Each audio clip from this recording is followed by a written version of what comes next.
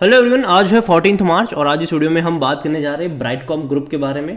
तेज़ी आई है। आज तकरीबन 6.5% की रफ्तार देखने को मिली। पिछले एक महीने में देखा जाए तो एक बड़े डिक्लाइन से गुजरा ज़रूर था, ये आज तेज़ी आई है एक दिन की। लेकिन अगर आप ग्राफ ऑब्जर्व करोगे तो तेज़ी यहाँ पर बीच बीच में आती रही है। अगर आप ग्राफ देखो तो एक बड़े डिक्लाइन से गुजरा, तेज़ी आई, गिरावट आई, तेज़ी आई, गिरावट आई, तेज़ी आई, गिरावट आई, बीच में तेज़ी आई, फिर गिरावट आई, फिर तेज़ी आई, फिर गिरावट आई। और यहाँ पर कंपनी जो है वो बहुत ही बुरे दौर से पहले चीज गुजर रही है। और जब तक क्लियर पिक्चर ना आ जाए तब तक ये सोचना कि भाई साहब बहुत बड़ी ग्रोथ आ जाएगी, ये जल्दबाजी होगी यहाँ पर। क्योंकि अगर आप ये सोच रहे हो कि 117 रुपए का शेयर 16 पे मिल रहा है, तो ये भी सोचना चाहिए कि 2 रुपए का शेयर 17 पे मिल रहा है, वो भी सोचना चाहिए। बात करेंगे पूरी चीज़ के बारे में, लेकिन उससे पहले अगर आपने अभी तक चैनल को सब्सक्राइब नहीं किया तो प्लीज़ अभी इसे सब्सक्राइब कर लीजिए, क्योंकि आगे भी बहुत सारे वीडियोस हैं जो आपको काफ़ी ज़्यादा हेल्प करेंगे। तो शेयर प्राइस 16 रुपए का है। एक बहुत बड़ी रफ्तार इसने देखी, देखो पैनी स्टॉक था ये, बहुत बड़ी रफ्तार आई। उसके बाद जब तेज़ी आई थी ना, तो एलिगेशन यही है कि प्रमोटर ने लगातार धड़ाधड़ अपने शेयर बेचे, यहाँ पर गिरावट आ गई उसके चलते। और उसके बाद जब प्रमोटर को लगा कि भाई साहब यहाँ पर तो मामला गड़बड़ हो सकता है, बाद में इंक्वायरी वगैरह आ सकती है, तो प्रमोटर ने खुद अपने शेयर खरीदे, लेकिन वो भी मुफ्त में खरीदे थे। वैसी रिपोर्ट्स आ रही है, मैं कंफर्म नहीं कह रहा हूँ, ठीक है, ऐसी रिपोर्ट्स थी यहाँ पर। अभी भी सेबी जांच कर रही है, जो ऊपरी अधिकारी थे जिन्होंने ये सब करा था उनको निकाला भी गया है यहाँ से। और अभी अगर आप देखोगे तो पिछले 2 क्वार्टर से कंपनी ने अपने क्वार्टरली नंबर भी रिप्रेजेंट नहीं करे। जो एलिगेशन उनके ऊपर था वो यही था कि बढ़ा चढ़ाकर प्रॉफिट दिखाया गया यहाँ पर, और उसके चलते शेयर प्राइस में तेजी आई थी। ठीक है, तो 2 क्वार्टर से नंबर इन्होंने रिपोर्ट नहीं करे हैं। मेरे हिसाब से सबसे पहले वो चीज़ देखनी होगी कि इनके क्वार्टरली नंबर कैसे आते हैं, तब तक यहाँ पर कोई भी खरीदारी करना मेरे हिसाब से रिस्क हो सकता है। यहाँ पर अगर आप देखोगे तो 2% की तेज़ी है, क्योंकि कंपनी ने एजीएम अभी हाल फिलहाल में हुई थी, जहां पर इनके क्वार्टरली रिजल्ट्स को लेकर भी बहुत जल्दी अनाउंसमेंट करेंगे, ये ऐसा बोला गया है। अभी भी क्वार्टरली नंबर्स इसके आए नहीं हैं। यहाँ पर आप देखो, there have been delayed by the companies in financial reporting annual general meeting, जो AGM scheduling and C suite level appointment, it was under security. जो सेबी है भैया, वो पूरा इसके ऊपर नज़र रखे हुई है।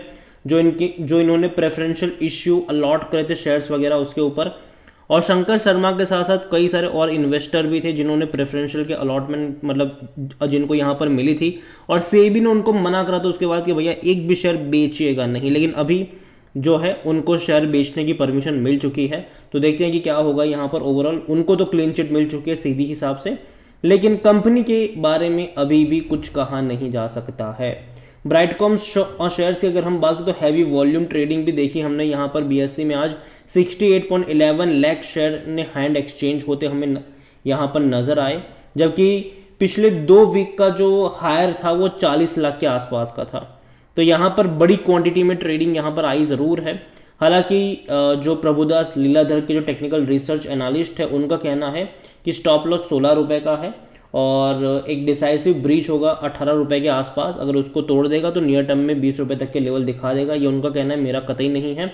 यहाँ पर आनंद राठी ब्रोकेज हाउसेस के जो है उनका कहना यहाँ पर भी सेम है कि 16 रुपये का सपोर्ट है, 19 रुपये का एक रेजिस्टेंस देखने को मिल रहा है। अगर उसको तोड़ेगा तो 21 रुपये तक के लेवल देखने को मिल सकते हैं। सेम चीज़ टिप्स टू ट्रेड्स के हैं, उनका भी कहना है कि 16 रुपये का सपोर्ट है, 19 रुपये का यहाँ पर रेजिस्टेंस है, उसको तोड़ेगा तो कहीं ना कहीं 21 रुपये तक के लेवल देखने को मिल जाएंगे। अगेन ये उनका कहना है, मेरा कतई नहीं है। मैं तो यहाँ पर रिटेल इन्वेस्टर से इतना ही कहूँगा कि कोई चाहे कितना भी कहे, दूरी बनाए रखो इस कंपनी से।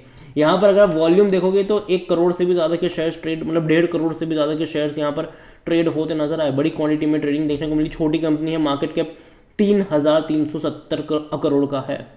ऑल टाइम हाई 122 रुपये का था, लो 1 रुपये के आसपास का देखने को यहाँ पर मिल रहा था। इतना ही नहीं, कंपनी में अगर आप देखोगे तो according to Moneycontrol user 100% लोग कह रहे हैं खरीदारी करो।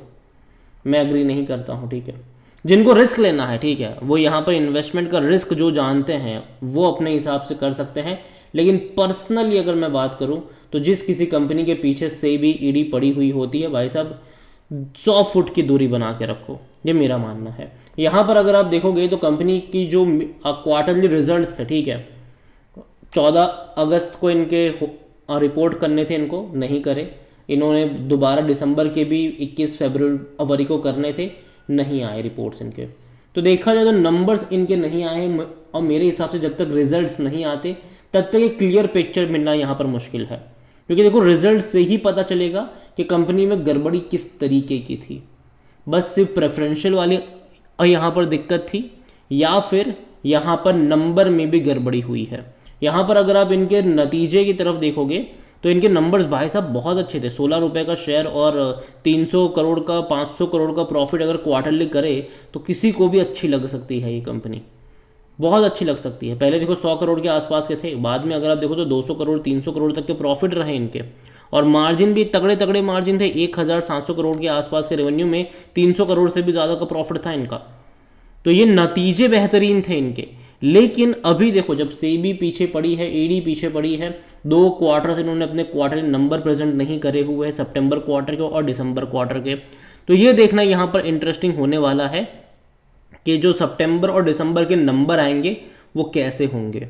अगर मान लो कि जो नंबर्स हैं वो प्रीवियस जून में और मार्च में जैसे थे वैसे ही आए, तब तो भाई साहब बहुत अच्छी बात होगी इस कंपनी के लिए, तब तो भाई साहब यहाँ पर लाइन लग जाएगी खरीदारी करने के लिए। लेकिन अगर जो नतीजे सितंबर और दिसंबर में आए और वो पहले जैसे स्ट्रॉन्ग नंबर नहीं रहे, तो समझ जाइएगा कि कंपनी में क्या खेला चल रहा था यहाँ पर, और ये एक नेगेटिव चीज़ होगी इस कंपनी के लिए उस टाइम पर। और नतीजे जब तक लेट आते हैं वो भी एक पॉजिटिव साइन नहीं है। जो लेट नंबर जब रिपोर्ट होते हैं वो भी एक पॉजिटिव साइन नहीं होता है। और मैं यही कहूँगा कि 16 रुपये का शेयर ज़रूर है, और सब कुछ डिपेंड करेगा इनके क्वार्टरली जो नंबर्स आने वाले हैं अगले क्वार्टरों में, कि 16 से ये 10 रुपये का होगा या 16 से ये 36 रुपये का होगा, वो पूरा इसके ऊपर डिपेंड करेगा। और जहाँ बात पॉसिबिलिटीज़ की होती है, मैं इतना ही कहूँगा कि दूर बैठो तमाशा देखो, क्योंकि देखो बाजार अभी क्या है पता है, बाजार अभी गिरावट वाला बाजार। आज अच्छी खासी रफ्तार थी, उसके चलते यहाँ पर आपको तेज़ी देखने को मिल गई, लेकिन जब गिरावट वाले बाजार में जब थोड़ी बहुत भी करेक्शन आएगा तो ये और ज़्यादा टूट जाएगा। तो स्ट्रॉन्ग कंपनियाँ आपको सस्ते दाम में ऐसे गिरावट वाले बाजारों में मिलने वाली है, तो बेटर है कि आप स्ट्रॉन्ग कंपनियों को चुनें, ना कि ब्राइटकॉम जैसी कंपनी जो भाई साहब स्ट्रगल कर रही है। देखो अगर नतीजे अच्छे आते हैं तो डेफिनेटली मैं ये कहूँ कि हाँ भैया अब सही है, कर सकते हो, लेकिन जब तक चीज़ें सामने नहीं आती, जब तक क्लियर पिक्चर सामने नहीं आता, तब तक यहाँ पर मैं इतना ही कहूँगा कि जल्दबाजी करने की ज़रूरत नहीं है। ये मेरा पर्सनल ओपिनियन है। शेयर होल्डिंग की तरफ भी अगर आप देखो तो प्रमोटर के पास 18.38% का स्टेक है, और ज़्यादातर जो क्वांटिटी खरीदी गई है ना भाई साहब वो रिटेल ने खरीदी है। 28% की होल्डिंग थी पहले, हालांकि उससे पहले तो और भी कम थी उनकी, वो यहाँ पर अब बढ़ के कितनी आई, 36 पर आई है। अदर पार्टीज़ ने भी बेचा है यहाँ पर, इंस्टीट्यूशंस ने भी बेचा है यहाँ पर। प्रमोटर अगर आप देख लो तो प्रमोटर की होल्डिंग भी थोड़ी बहुत कम हुई है। तो मैं इतना ही कहूँगा आपसे कि यहाँ पर सिर्फ और सिर्फ रिटेल वाले खरीदारी कर रहे हैं पिछले कुछ क्वार्टरों में, और तो यही वजह है कि मैं अभी इसको अवॉइड करना ज़्यादा पसंद करूँगा। जब तक क्लियर पिक्चर सामने नहीं आता, यहाँ पर सेबी की तरफ, जो सेबी है ईडी की तरफ से कोई क्लियर पिक्चर नहीं आता, या फिर उससे पहले इनके क्वार्टरली रिजल्ट्स अगर बेटर नहीं आते, तब तक यहाँ पर कोई उतनी ज़्यादा जल्दबाजी नहीं करनी चाहिए। और अगेन काफ़ी रिस्की हो सकता है ये, तो दूर बैठो तमाशा देखो। वैसे भी अभी मार्केट में जिस तरीके की हालत बनी हुई है, अच्छी अच्छी कंपनी आपको अच्छे दाम में मिलने वाली है, तो बेटर है कि वहाँ पर फोकस करिए, यहाँ पर नहीं। तो यही मेरा मानना है। अगेन कोई बाय सेल रिकमेंडेशन नहीं है, ये आपका ही डिसीजन यहाँ पर होना चाहिए खरीदारी बिकवाली करने का। वीडियो को यहीं पे एंड करता हूँ। पसंद आया हो तो लाइक करो, शेयर करें। चैनल वगैरह पहली बार है तो प्लीज़ सब्सक्राइब करें।